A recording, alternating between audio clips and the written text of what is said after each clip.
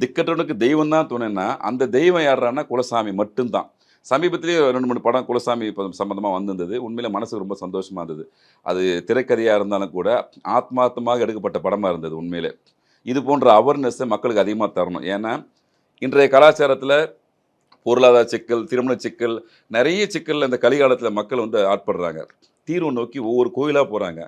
எங்க போனா பிரச்சனை தீரும்னு சொல்லிட்டு நெறைய ஆதங்கப்படுறாங்க. அவங்களுக்கு சொல்லக்கூடிய ஒரே விஷயம் தான். முதல்ல எந்த விஷயமா இருந்தாலும் உங்க குலதெய்வத்திட்டருந்து ஆரம்பிங்க.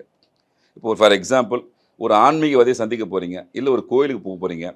அந்த காலத்துல நம்ம முன்னோர்கள் என்ன தெரியுமா பண்ணுவாங்க? குலதெய்வத்துக்கு ஒரு காணிக்கை முடிச்சு போட்டு எடுத்து போட்டு தான் பயணமே மேற்கொள்ளுவாங்க. அப்போ அந்த பயணம் சுபிட்சமா இருக்கணும்னு சொல்லும்போது குலதெய்வம் வழி காமிக்கும். இப்ப நான் மக்களுக்கு சொல்றது அதுதான். நீங்க எந்த பரிகார கோயில் வேணா போங்க. உங்கள யாரும் வேணாம் சொல்லல. எந்த பழனிக்கு போங்க, யார வேணா போய் பார்த்துட்டு வாங்க. திருப்பதி போங்க, எங்க வேணா போங்க. ஆனா போறதுக்கு முன்னாடி வீட்ல எப்படி அப்பா, அம்மா கிட்ட சொல்லிட்டு போவீங்களோ, ஐயா இங்க போயிட்டேன்னு சொல்லுவீங்களோ, அதே போல உங்க குலதெய்வத்தை வேண்டி ஒரு காணிக்கை முடிச்சு போட்டு வச்சு, ஐயா என்னுடைய பயணம் நல்லபடியா முடியணும். என்னுடைய பிரார்த்தனை நிறைவேறணும்னு சொல்லிட்டு, குலதெய்வத்துக்கு ஒரு காணிக்கை முடிச்சு போட்டு வச்சுட்டு போங்க.